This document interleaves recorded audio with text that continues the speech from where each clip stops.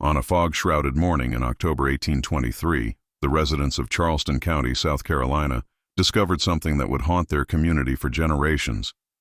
7 enslaved individuals had vanished overnight from the Ravenscraft plantation, leaving behind only their shackles and a single blood-stained document bearing the seal of Colonel Thaddeus Ravenscraft. What authorities found in that document would expose a web of betrayal, greed, and calculated cruelty that reached into the highest circles of Southern society. For nearly 2 centuries, the Ravenscraft family has spent fortunes to keep this story buried. But recently discovered correspondence reveals the true horror of what became known as the Wedding Gift Massacre. The truth about Colonel Ravenscraft's gift to his bride would destroy not just his own family, but reshape the power structure of an entire region. Before we continue with the story of Colonel Thaddeus Ravenscraft and his deadly matrimonial arrangement, make sure you're subscribed to our channel for more dark historical mysteries. And let us know in the comments what state or city you're listening from. We love connecting with fellow history enthusiasts who appreciate the shadows of America's past. The document that survived that terrible night would later be described by Charleston's mayor as the most damning piece of evidence of human calculation I have ever witnessed. But understanding its true meaning requires us to journey back to where this nightmare began. Charleston County in 1822 represented everything the antebellum South aspired to become. Cotton plantations stretched across the landscape like green seas, their profits funding grand mansions and elaborate social gatherings that mimicked European aristocracy. Among the plantation elite, few commanded more respect than Colonel Thaddeus Ravenscraft, a man whose military service in the War of 1812 had earned him both honor and substantial government land grants. Ravenscraft possessed the calculating mind of a born strategist. Standing well over 6 feet tall with penetrating gray eyes and a precisely groomed beard, he commanded attention in every room he entered. His voice carried the authority of someone accustomed to absolute obedience, whether from soldiers under his commandor, the 200 enslaved individuals who worked his vast cotton fields. Those who knew him described a man of rigid principles and unwavering determination, qualities that had built his fortune and would ultimately orchestrate his downfall. The Ravenscraft plantation encompassed over 3,000 acres of prime South Carolina soil, worked by enslaved families who had served the family for generations. Unlike many plantation owners who viewed their human property merely as economic units, Ravenscraft maintained detailed records on every individual.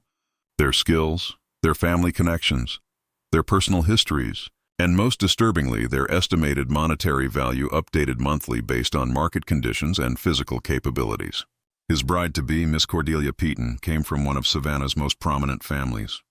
At 23, she possessed both the refined education expected of a Southern lady and an inheritance that would substantially increase the Ravenscraft holdings.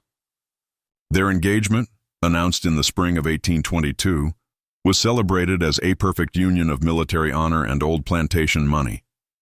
What the wedding guests could not have known was that Cordelia harbored ambitions that extended far beyond the traditional role of a plantation wife. During their courtship, conducted through formal visits and carefully chaperoned walks through Ravenscraft's gardens, Cordelia had expressed unusual interest in the management aspects of plantation life. While most ladies of her station concerned themselves with household management and social obligations, she asked detailed questions about crop yields, labor organization, and profit margins. Ravenscraft, impressed by her business acumen, began sharing information typically reserved for male associates and potential business partners. What emerged was a woman whose intelligence matched her beauty, but whose moral compass had been warped by a childhood surrounded by immense wealth built on human suffering. Cordelia's father, Horatio Peaton, had made his fortune not just through cotton, but through the buying and selling of enslaved individuals across multiple states. She had grown up viewing human beings as commodities to be traded, bred, and disposed of according to market demands. Their wedding, scheduled for October 1822, promised to be the social event of the season. Invitations went out to plantation families from Virginia to Louisiana, and preparations began for a celebration that would last 3 days. Ravenscraft spared no expense, importing French champagne, hiring musicians from New Orleans, and even commissioning a special set of china from England, bearing the combined Ravenscraft and Peaton family crests. But as the wedding approached, Cordelia made a request that would set in motion a chain of events that would destroy everything Ravencraft had built. During a private dinner in September, she asked her fiancé for something no Southern bride had ever requested as a wedding gift: complete ownership and control over 7 specific enslaved individuals from his plantation. The conversation took place in Ravencraft-Oft's private study, a room lined with military maps, family portraits, and ledgers documenting every aspect of his plantation empire. Outside, September thunder rolled across the cotton fields as Cordelia presented her unusual request with the same calm precision she might use to discuss flower arrangements or menu selections. "My dear Thaddeus," she began, her voice carrying an undertone that made the colonel shift uncomfortably in his leather chair. "I've been considering how best to contribute to our household's prosperity after our marriage. I believe I can be of greater service than you might expect." Ravencraft listened as his bride-to-be outlined her proposal with disturbing clinical detail. She wanted 7 specific individuals. A family unit consisting of parents, 3 adult children, and 2 grandchildren transferred to her complete ownership through legal documents that would make her their sole master. Independent of her husband's authority, her reasoning, she explained, was both personal and profitable. "These 7 represent a perfect experimental group," Cordelia continued, producing a leather portfolio filled with detailed notes about each individual. "The older generation possesses valuable skills in blacksmithing and textile work. The middle generation includes a woman with exceptional ability in herbal medicine and healing, and a man with remarkable strength suited for the heaviest field work. The children are young enough to be molded according to new training methods I have researched." What Cordelia did not initially reveal was the true nature of her experimental methods. Through correspondence with contacts in Cuba and Brazil, she had learned about plantation management techniques considered too extreme even by antebellum Southern standards. These methods involve systematic psychological manipulation, controlled breeding programs, and punishment systems designed to break not just individual will, but family bonds that might interfere with absolute obedience. Ravencraft-Oft found himself in an unprecedented situation. Cordelia's request challenged fundamental assumptions about marriage roles and property ownership that formed the bedrock of Southern society. Wives typically managed household slaves, but they did not own field hands independently, nor did they involve themselves in the brutal calculations required for maximum labor extraction. Yet he was also intrigued by her business proposal. Cotton prices had been fluctuating unpredictably, and plantation owners throughout the region were seeking ways to increase efficiency and reduce costs. If Cordelia's methods proved successful, they could be applied across his entire labor force, potentially increasing profits by substantial margins. Over several nights of discussion, they developed what they called the Paton method, a comprehensive system for managing enslaved individuals that would maximize both productivity and psychological control. The 7 chosen individuals would serve as test subjects, and their responses would determine whether the methods would be expanded plantation-wide after the wedding. The legal arrangements proved complex and required discretion that extended beyond normal business confidentiality. Ravencraft-Oft retained Charleston attorney Marcus Bellwether, a man known for handling sensitive plantation legal matters with absolute discretion. Bellwether drew up documents that would transfer complete ownership of the 7 individuals to Cordelia upon their marriage, with provisions that would keep the arrangement secret from other plantation owners and local authorities. What made the arrangement particularly sinister was a clause Cordelia insisted upon. The 7 individuals would be relocated to a remote section of the plantation where her experiments could proceed without interference from other enslaved workers or observation by visitors. A separate building disguised as a textile workshop would serve as both living quarters and location for implementing the new management techniques.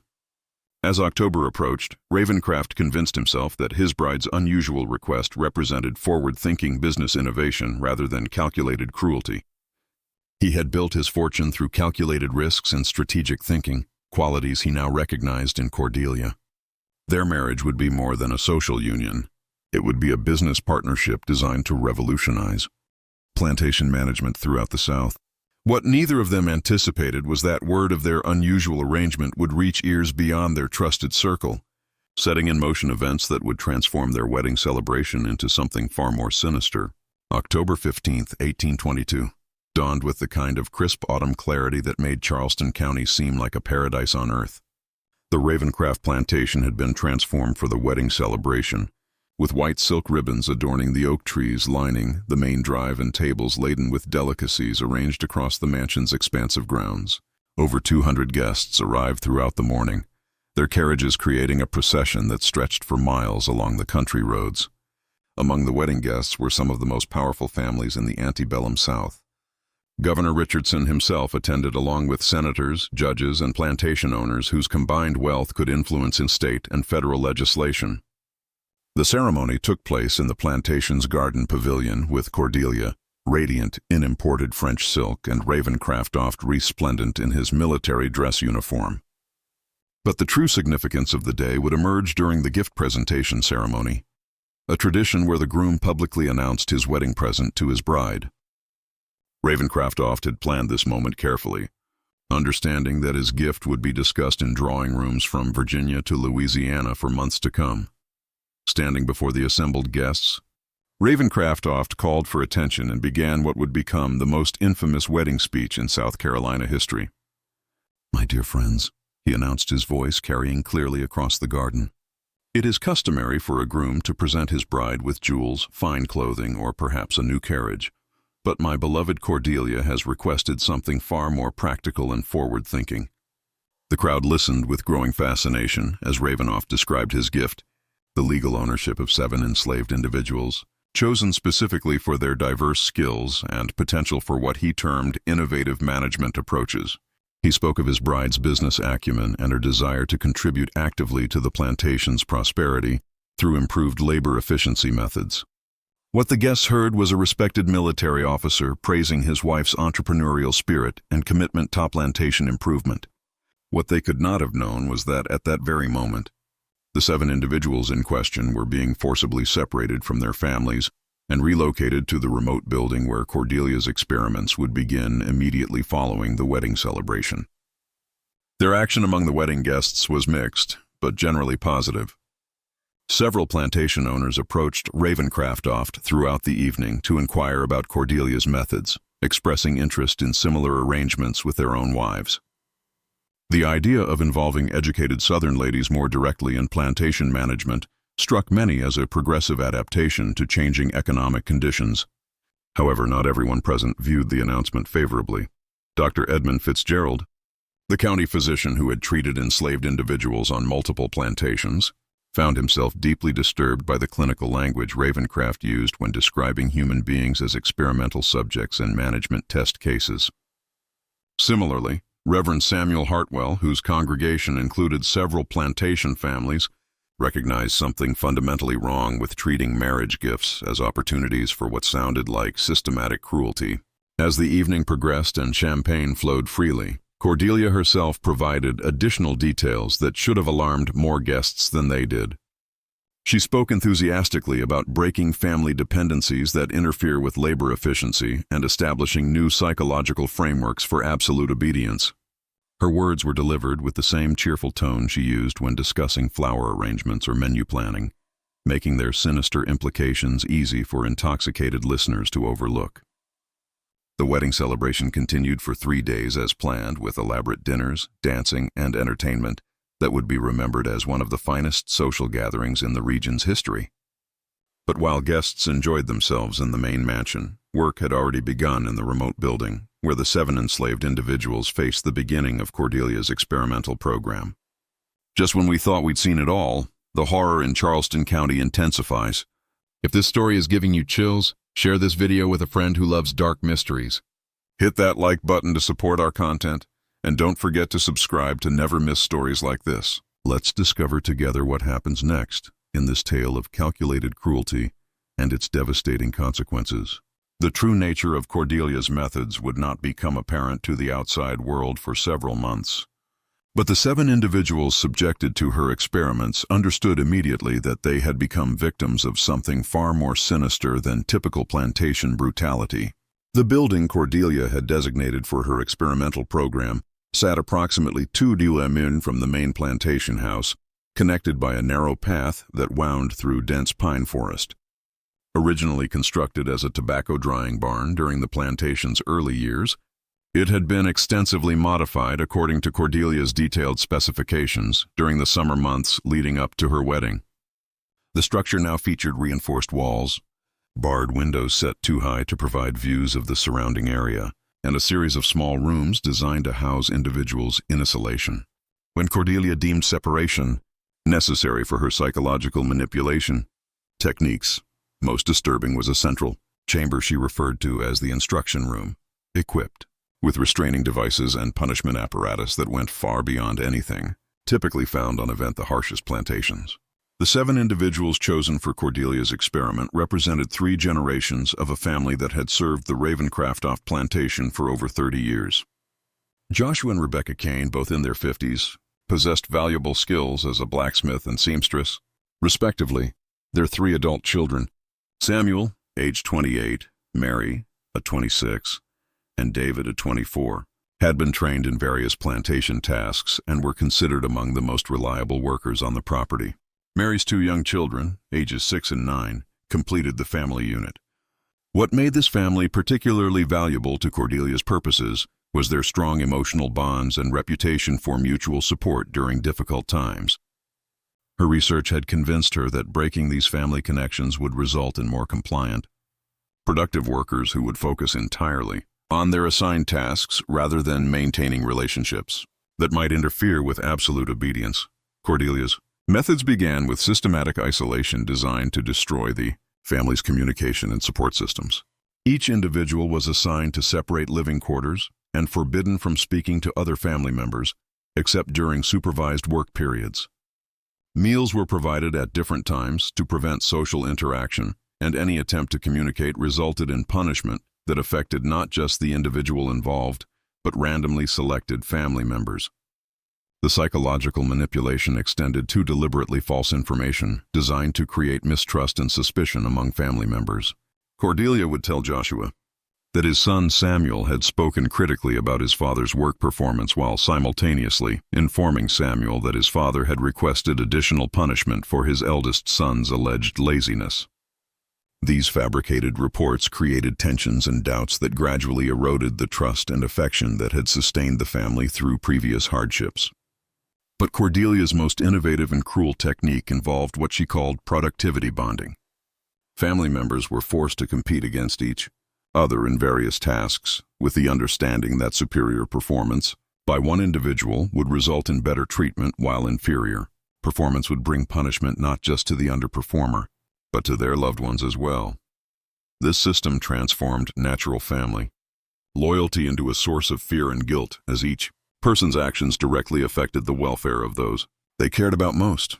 Winter months provided ideal conditions for Cordelia's program, as shorter daylight hours meant longer periods of confinement and limited outside contact. She maintained detailed written records of each individual's responses to her various techniques, noting changes in behavior, productivity levels, and signs of psychological breakdown with the same clinical precision she had once applied to managing her father's household accounts.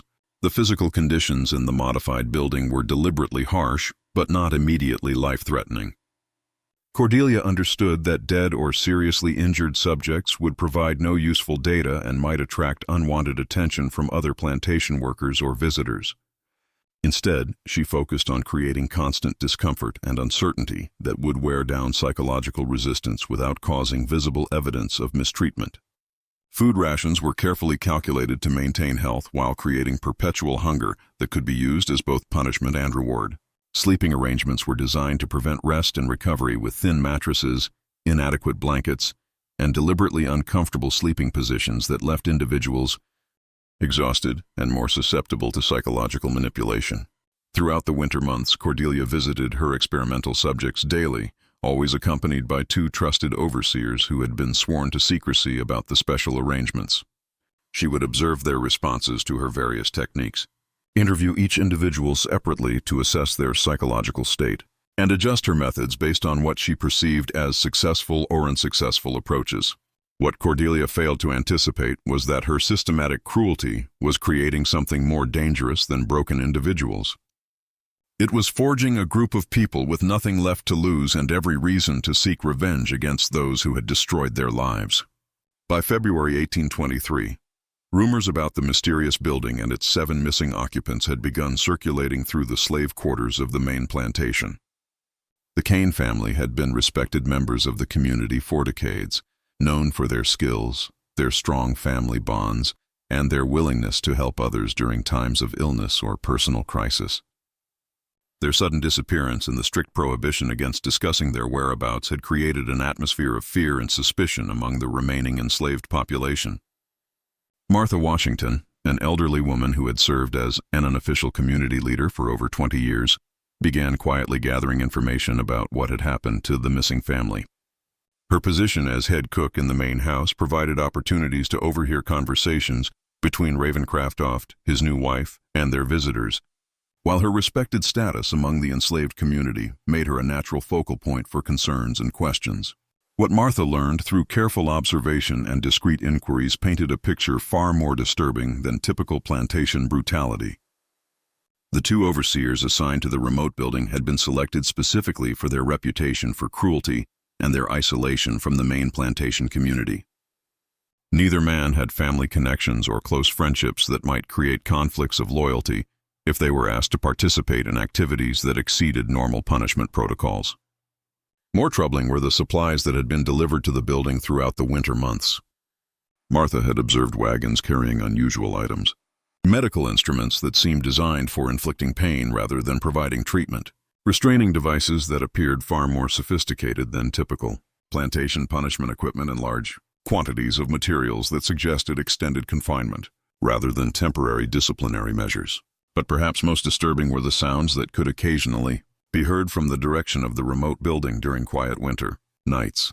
Several plantation workers reported hearing screams and cries that lasted for hours, followed by periods of absolute silence that seemed somehow more ominous than the sounds of obvious suffering. Martha began organizing what she called prayer circles, gatherings where enslaved individuals would meet in secret to discuss their concerns and share information about the missing family. These meetings served multiple purposes. They provided emotional support for a community living under constant fear. They facilitated the exchange of information that might be useful for survival. And they began to foster a sense of unity and shared purpose that had previously been prevented by the plantation's size and the diverse backgrounds of its workers. Through these gatherings, a picture emerged of Cordelia's activities that went far beyond what the wedding guests had heard described as innovative management techniques. Reports from those who had observed the building from a distance suggested systematic torture designed, not just to punish but to break the human spirit, in ways that would make individuals incapable of resistance or independent thought.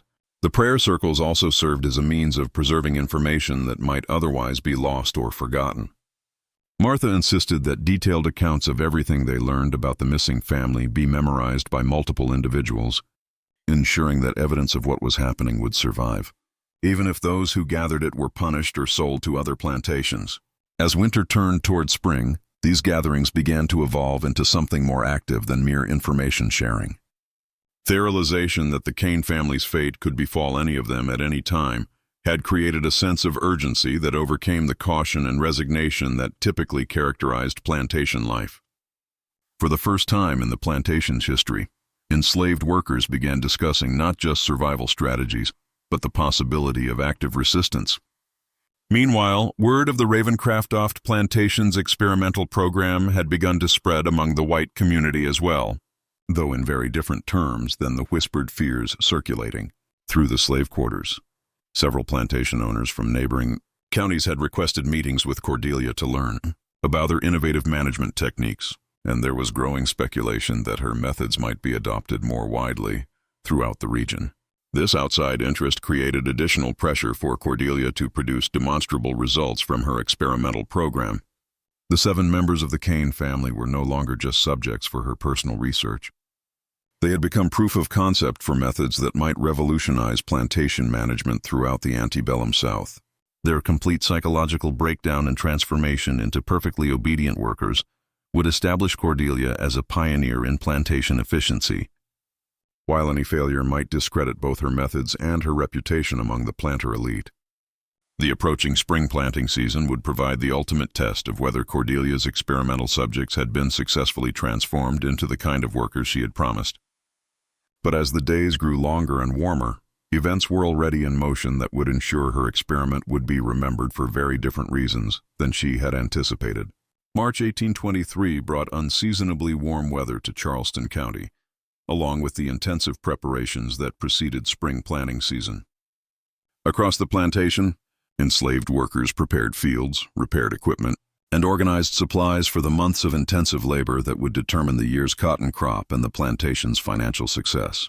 For Cordelia, the approaching planting season represented the culmination of her experimental program. After 5 months of systematic psychological manipulation, the 7 members of the Kane family would be integrated back into the plantation's general labor force, where their transformed behavior would demonstrate the effectiveness of her methods to both her husband and the growing number of plantation owners who had expressed interest in similar programs. But the individuals subjected to Cordelia's experiment had undergone changes far different from what she had intended. Rather than becoming broken, compliant workers focused solely on their assigned tasks. They had developed something much more dangerous, a shared understanding that their survival depended on eliminating the source of their torment, regardless of the consequences. The transformation had begun with David Kane, the youngest of the adult siblings, whose natural leadership abilities had made him a particular target for Cordelia's psychological manipulation techniques. Repeated attempts to break his spirit through punishment and isolation had instead fostered a cold, calculating intelligence that focused entirely on finding ways to strike back against those who had destroyed his family. Working in isolation, denied communication with his relatives, David had spent the winter months memorizing every detail of the building's layout, the routines of the overseers, and the patterns of Cordelia's visits. He had observed which doors remained unlocked during different times of day, where tools and potential weapons were stored, and how sound carried between different sections of the building. More importantly, David had found ways to communicate with his family members, despite Cordelia's elaborate isolation protocols. Through a system of coded sounds, hidden messages, and carefully timed gestures, the Kane family had maintained contact and begun coordinating their responses to their captors' demands. What appeared to be the gradual breakdown of family bonds was actually the development of a sophisticated conspiracy focused on a single objective: escape or revenge. The breaking point came on March 15th when Cordelia decided to implement what she called the final integration test. Mary Kane's 6-year-old daughter, little Sarah, would be separated from her mother permanently and assigned to work in the main house, where her mother would be able to see her daily but never speak to her again. This separation, Cordelia explained to her overseers, would demonstrate whether the psychological conditioning had been successful in eliminating inappropriate emotional attachments that interfered with work efficiency. But when the overseers came to collect Sarah that morning, they found the Kane family prepared for something very different than passive compliance. The months of systematic torture had indeed transformed them, but not into broken, obedient workers. They had become a coordinated unit focused entirely on survival and retribution, with nothing left to lose and no remaining faith that submission would protect them from further cruelty. The confrontation began when David Kane refused to allow the overseers to take his niece. His defiance was not the desperate resistance of someone acting on impulse, but the calculated challenge of someone who had prepared for this moment for months. When the first overseer moved to strike David for his insubordination, he found himself facing not one individual but the combined resistance of 7 people who had decided that death was preferable to continued torture. What followed was not the chaotic violence of desperate people, but the systematic execution of a plan that had been developed over months of careful observation and preparation. The Kane family had identified their captors' weaknesses, learned the building's vulnerabilities, and prepared themselves for the consequences of active resistance. When the moment came, they were ready. The 2 overseers assigned to guard them were experienced in controlling individual slaves through intimidation and punishment. But they were unprepared for coordinated resistance from a group that no longer feared death. Within minutes, both men were dead, killed not in a frenzy of anger, but through the careful application of tools and techniques that David and his family had planned, with the same precision Cordelia had used to design their torment. But killing their immediate captors was only the beginning of what the Kane family had planned for this day. They had spent months listening to Cordelia's daily visits, memorizing her routines, and preparing for the opportunity to confront the person truly responsible for their suffering. And on the morning of March 15th, they knew exactly where to find her. Cordelia Ravencraft off began March 15th with the same methodical approach she had applied to every aspect of her experimental program. After breakfast with her husband in the main house dining room, she collected her daily observation notes, gathered the supplies needed for the morning's integration test, and set out along the familiar path through the pine forest toward the remote building where her subjects awaited her arrival. The morning air carried the sweet scent of early spring flowers and the sounds of plantation life beginning another day. Field hands were already at work preparing for the coming planting season, their voices and the sounds of their tools creating a backdrop of productive activity that reinforced Cordelia's conviction that her experimental methods would soon revolutionize plantation management throughout the South. She walked with the confident stride of someone who had never encountered resistance she could not overcome through careful planning and systematic application of pressure. The 5 months of her experimental program had proceeded exactly according to her expectations, with each of the 7 subjects showing precisely the kind of psychological transformation that would make them ideal workers once they were integrated back into the plantation's general labor force. What Cordelia discovered when she reached the building was a scene that would haunt the nightmares of everyone who witnessed it for the rest of their lives. The 2 overseers lay dead in the central instruction room, killed with tools and techniques that demonstrated both planning and intimate knowledge of human anatomy. But far more disturbing than their deaths was the evidence of systematic preparation that surrounded their bodies. The Kane family had used their months of confinement to transform the building into something very different from what Cordelia had intended. Tools had been modified into weapons. Escape routes had been prepared, and supplies had been gathered for what was clearly a carefully planned confrontation rather than a spontaneous act of violence. But most disturbing of all was the realization that the 7 individuals she had believed were broken and compliant had instead been watching her, learning her routines, studying her vulnerabilities, and preparing for this moment with the same methodical precision she had used to design their torment.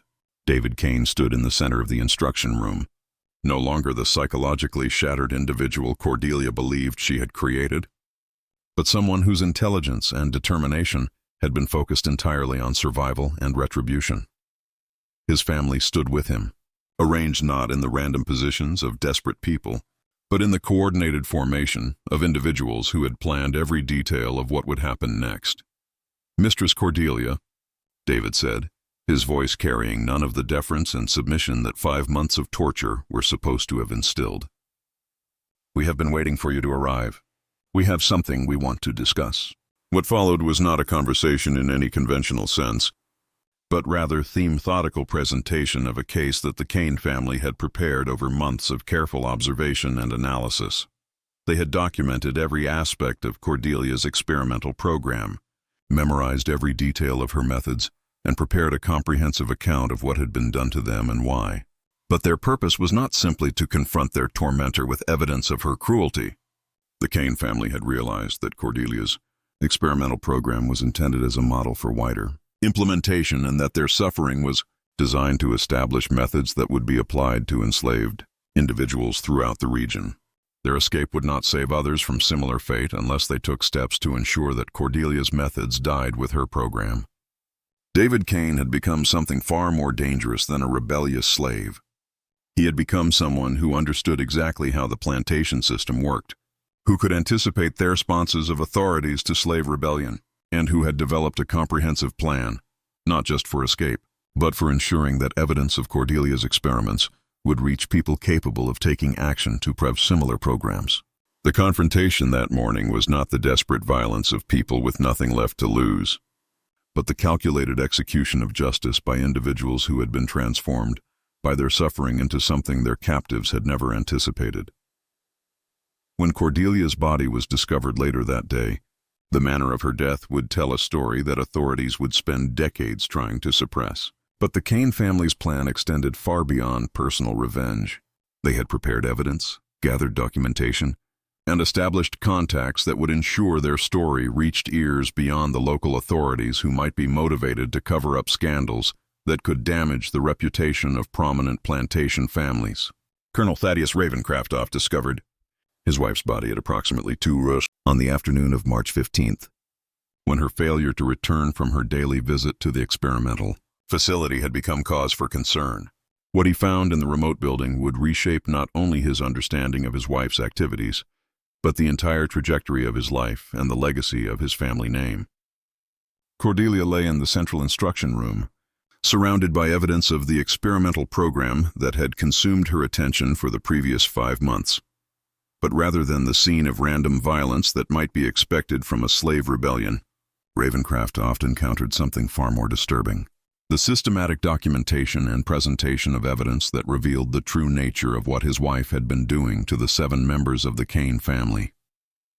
The building itself had been transformed into what could only be described as a museum of cruelty, with every tool, every restraining device, and every psychological manipulation technique carefully arranged and labeled to demonstrate the comprehensive nature of Cordelia's experimental program. Written documentation, including Cordelia's own detailed notes, had been organized and presented in a manner that would leave no doubt about the deliberate, systematic nature of what had been done to the missing family. Most disturbing of all was a comprehensive written account, obviously prepared over many weeks, that detailed not only what had been done to the Kane family, but Cordelia's plans for expanding her methods throughout the plantation and her correspondence with other plantation owners who had expressed interest in similar programs. The document revealed that what Ravencraft had understood as an isolated experiment was actually intended as the foundation for a regional transformation of plantation management techniques. The Kane family themselves had vanished completely, leaving behind only the evidence of their months of suffering and a clear indication that their escape had been planned. With the same systematic precision that characterized everything else about the confrontation, they had taken nothing that belonged to the plantation, destroyed nothing beyond what was necessary to eliminate their captives, and left behind a complete record that would make any cover-up attempt extraordinarily difficult. Ravencraft's immediate concern was preventing the discovery from becoming public knowledge that would destroy not only his own reputation, but the standing of every plantation owner who had been associated with Cordelia's experimental program. Within hours of finding his wife's body, he had dispatched trusted riders to contact other members of the planter elite who needed to be warned about the potential scandal and enlisted in efforts to control the narrative. The response was swift and coordinated. By evening, representatives from some of the most powerful families in South Carolina had arrived at the Ravencraft plantation to assess the situation and develop strategies for preventing the truth about Cordelia's experimental program from reaching authorities or newspapers that might use the information to attack the entire plantation system.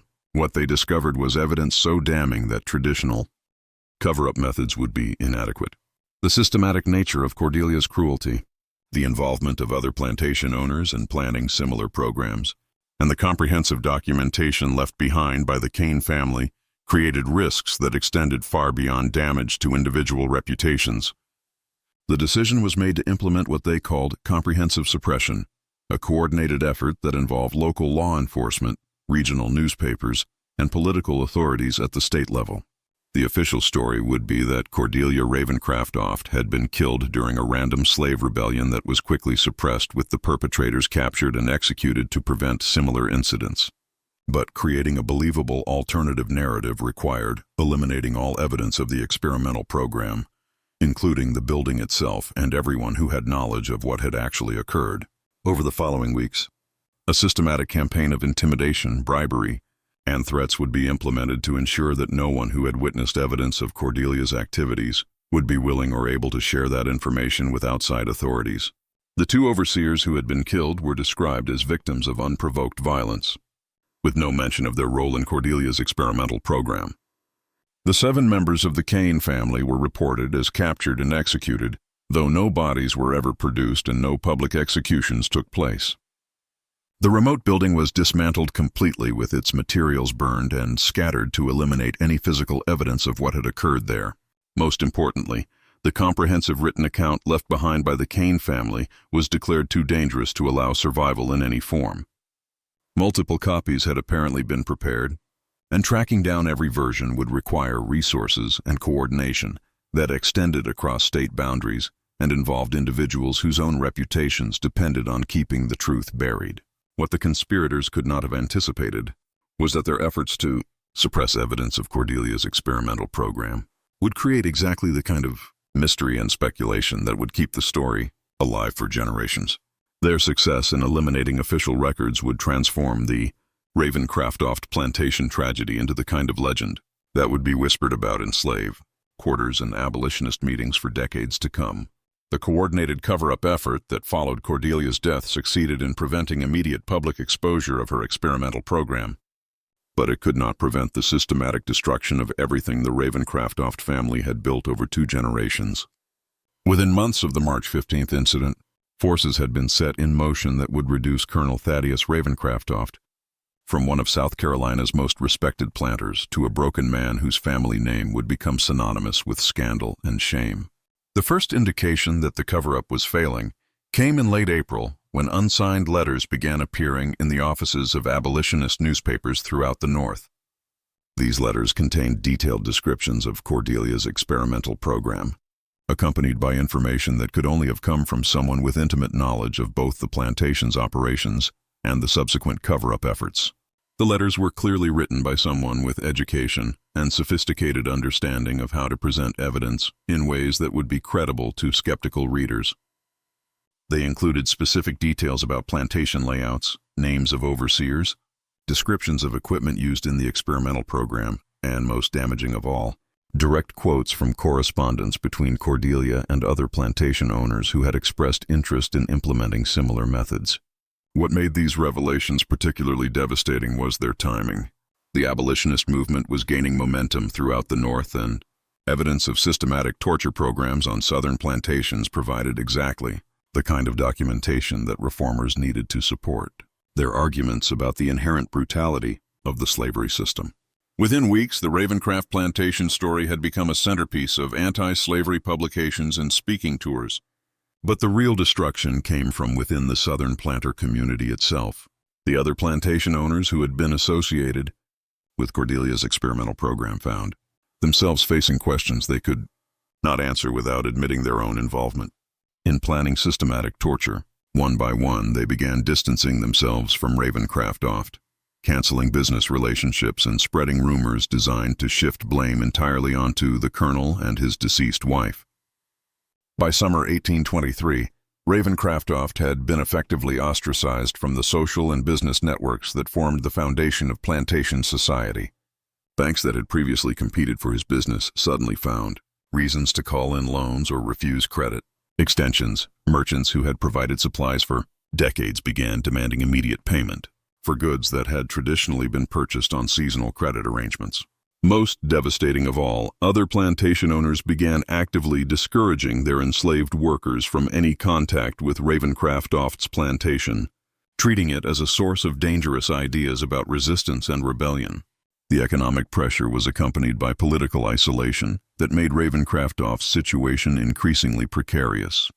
His military rank, which had opened doors throughout South Carolina's political establishment, became a liability as officials worried that association with him might damage their own reputations. Invitations to social gatherings stopped arriving.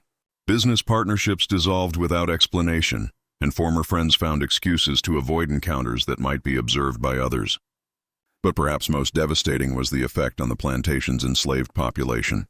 Word of the Kane family's successful resistance had spread throughout the region, creating what authorities described as dangerous excitement among enslaved individuals who had previously accepted their situation with resignation.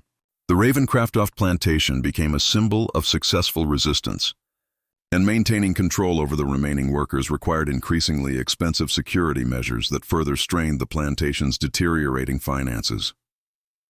Martha Washington, the elderly cook who had organized the prayer circles during the winter months, had become something more than a community leader among the enslaved population. Her efforts to document and preserve information about the Kane family's fate had evolved into a comprehensive intelligence network that extended across multiple plantations and even into the free black communities of Charleston itself.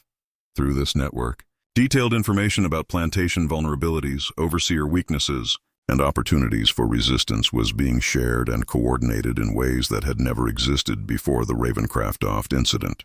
What had begun as an attempt to preserve the memory of 7 tortured individuals had become the foundation for organized resistance activities that terrified plantation owners throughout the region.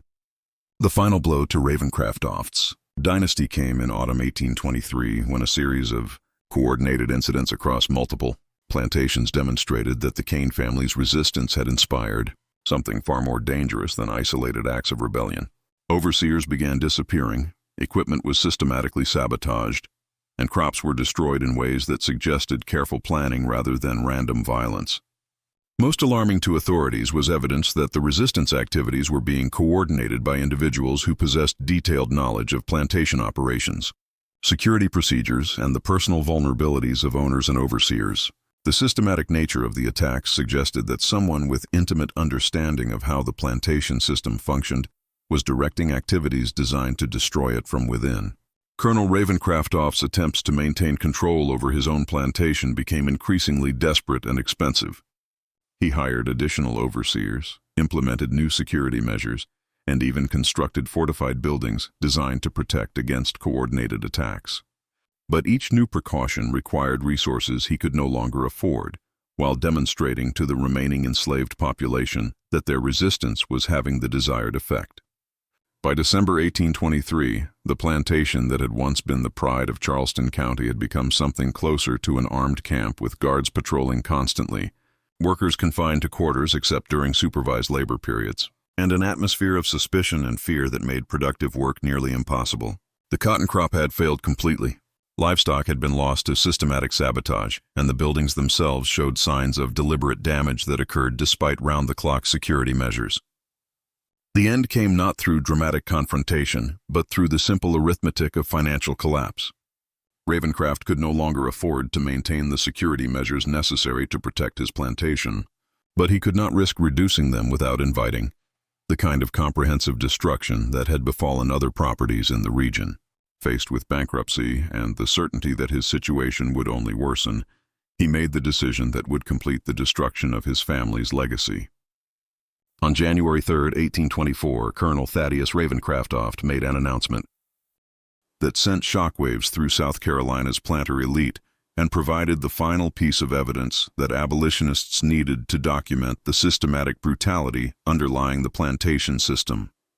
Standing in the parlor of his crumbling mansion, surrounded by furniture that would soon be sold to pay creditors, he confessed the full truth about his wife's experimental program and his own role in concealing evidence of her crimes. The confession was not motivated by remorse or moral awakening, but by the calculated recognition that his enemies already possessed enough information to destroy him completely, while his former allies had abandoned him to protect their own interests. By controlling the narrative of his own downfall, Ravencroft hoped to salvage some remnant of dignity while ensuring that others who had participated in planning similar experimental programs would face consequences for their involvement. What Ravencroft revealed was a network of correspondence and collaboration that extended far beyond his own plantation. Cordelia's experimental program had been designed as a pilot project for methods that would be implemented across dozens of plantations throughout South Carolina, Georgia, and Alabama. The systematic torture techniques she had developed were intended to become standard practices that would revolutionize plantation management and increase profits by breaking the human spirit so completely that resistance would become psychologically impossible. The confession included names, dates, and specific details about other plantation owners who had provided funding, advice, and resources for Cordelia's experiments. It revealed that the innovative management techniques discussed at their wedding had been the culmination of months of coordination among some of the South's most prominent families, all of whom had agreed to implement similar programs on their own properties once Cordelia's methods had been proven effective. Most damaging of all, Ravencroft's confession revealed that local authorities, including sheriffs, judges, and political officials, had been informed about the experimental program and had agreed to provide protection from legal consequences in exchange for promises that successful techniques would be shared with their own business interests. The cover-up effort that followed Cordelia's death had involved coordinated perjury, destruction of evidence, and intimidation of witnesses at levels that reached into the highest circles of state government. But Ravencroft's confession also revealed information that he could not have intended to make public. Details about the Kane family's escape that demonstrated their resistance had been far more sophisticated and far-reaching than anyone had suspected. According to documents he had recovered during his investigation of the March 15th incident, the 7 family members had not simply fled to freedom, but had established contact with abolitionist networks that enabled them to provide detailed intelligence about plantation vulnerabilities throughout the region. David Kay, the young man whose leadership had coordinated his family's resistance, had apparently possessed abilities that went far beyond what any plantation owner had recognized.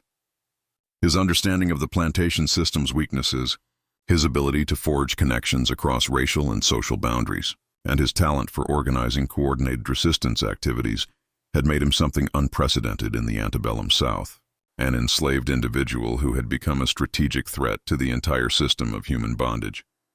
The intelligence network that David Kane had established was providing information that enabled resistance activities, escape routes, and even economic sabotage that was coordinated across state boundaries. Plantation owners who had never heard of the Ravencraft experimental program found themselves dealing with equipment failures, crop diseases, and worker reliability problems that seemed to strike multiple properties simultaneously in ways that suggested deliberate coordination. Ravencraft's confession revealed that authorities had tracked some of this activity to contacts in northern cities where former enslaved individuals were providing information and resources that enabled increasingly sophisticated resistance operations. The Kane family had not simply escaped to freedom. They had become part of a growing network of individuals whose intimate knowledge of plantation operations was being used to systematically undermine the economic foundation of the slavery system. What terrified Southern authorities more than individual acts of rebellion was evidence that enslaved individuals were developing the kind of organizational capabilities and strategic thinking that had previously been considered impossible under the conditions of bondage. The Ravencraft incident had demonstrated that systematic cruelty designed to break human spirit could instead forge individuals into something far more dangerous than compliant workers. The confession's most shocking revelation concerned the ultimate fate of Cordelia herself. According to documents that Ravencraft had discovered, but initially concealed, his wife had not been killed during the March 15th confrontation. Instead, she had been taken alive by the Kane family, who had subjected her to a carefully planned psychological demonstration of her own experimental techniques, before allowing her to die from injuries that were inflicted with the same systematic precision she had used to torture others. The evidence suggested that Cordelia had spent her final hours experiencing every technique she had developed for breaking human spirit administered by individuals who had intimate knowledge of her methods and unlimited motivation to ensure she understood exactly how her victims had suffered. Her death had been neither quick nor merciful, but rather a comprehensive education in the consequences of treating other human beings as experimental subjects for systematic cruelty. This mystery shows us that the greatest horrors in American history often emerged not from supernatural forces, but from the calculated cruelty that humans can inflict upon one another when they convince themselves that some lives matter less than others. What do you think of this story? Do you believe everything was revealed, or do you think there are still secrets buried in the Charleston County archives? Leave your comment below. If you enjoyed this tale and want more horror stories like this, subscribe, hit the notification bell, and share with someone who loves mysteries. The shadows of America's past hold many more secrets waiting to be uncovered, and we'll be here to explore them with you. The Ravencraft plantation was abandoned in February 1824. Its buildings left to decay while creditors fought over assets that proved insufficient to cover the colonel's debts. Thaddeus Ravencraft himself disappeared shortly after making his confession, with some reports suggesting he had fled to Mexico, while others claimed he had taken his own life rather than face the consequences of his revelations. But the true legacy of the Ravencraft incident extended far beyond the destruction of a single family's fortune. The experimental program that Cordelia had designed and the resistance network that the Kane family had inspired became symbols that influenced both the abolitionist movement and the evolution of plantation management techniques throughout the antebellum period. In the North, detailed accounts of Cordelia's systematic torture methods provided abolitionists with documentation that supported their arguments about the inherent brutality of slavery.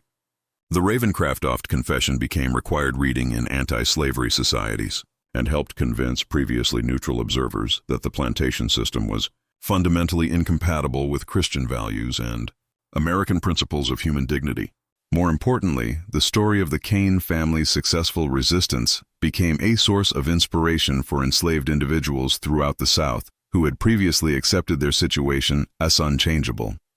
The knowledge that 7 people had not only survived systematic torture, but had successfully escaped and established networks for helping others demonstrated that resistance was possible even under the most oppressive conditions. The intelligence networks that David Caney had established continued operating long after the Ravencraft plantation's collapse, providing information and resources that enabled escape routes, resistance activities, and economic sabotage that contributed to the growing instability of the slavery system. By the 1850s, plantation owners throughout the region were dealing with problems that seemed to indicate coordinated opposition rather than isolated incidents of rebellion. Perhaps most significantly, the Ravencraft incident demonstrated that systematic cruelty designed to break human spirit could instead forge individuals into something far more dangerous than compliant workers. The 7 members of the Kane family had been transformed by their suffering into strategic thinkers whose understanding of the plantation system's vulnerabilities enabled them to strike back in ways that their tormentors had never anticipated. The abandoned Ravencraft plantation became a destination for curious visitors and a source of local legends that persisted well into the 20th century. Stories circulated about mysterious lights in the ruins of the main house, unexplained sounds from the location where the experimental building had stood, and sightings of figures that seemed to be searching for something among the overgrown cotton fields. But perhaps the most enduring legacy of the Ravencraft tragedy was its demonstration that the greatest horrors in human history often emerge not from supernatural forces but from the calculated decisions of individuals who convince themselves that some lives matter less than others. The systematic torture that Cordelia had designed was not the product of mental illness or sudden passion, but of careful planning by educated, socially prominent individuals who had rationalized cruelty as business innovation. The documents that survived the cover-up effort, scattered across archives from Charleston to Boston, continue to provide historians with evidence of how the plantation system functioned and how resistance networks developed in response to systematic oppression. The Ravencraft Papers, as they came to be known, offer rare insight into both the brutal calculations that sustained human bondage and the sophisticated strategies that enslaved individuals developed to resist and ultimately undermine their oppressors. Today, the site where the Ravencraft plantation once stood is marked only by foundation stones and a historical marker that provides a sanitized account of the property's significance in the region's agricultural development. But for those who know where to look, evidence remains of the experimental building where 7 individuals endured months of systematic torture before transforming their suffering into the foundation for a resistance network that would contribute to the eventual collapse of the system that had enslaved them. The true story of Colonel Thaddeus Ravencraft and his wife's wedding gift of 7 human beings serves as a reminder that the shadows of America's past continue to shape our present and that the most important historical lessons often come from confronting the uncomfortable truths about what humans are capable of doing to one another. When systems of power convince them that cruelty can be justified, it is progress.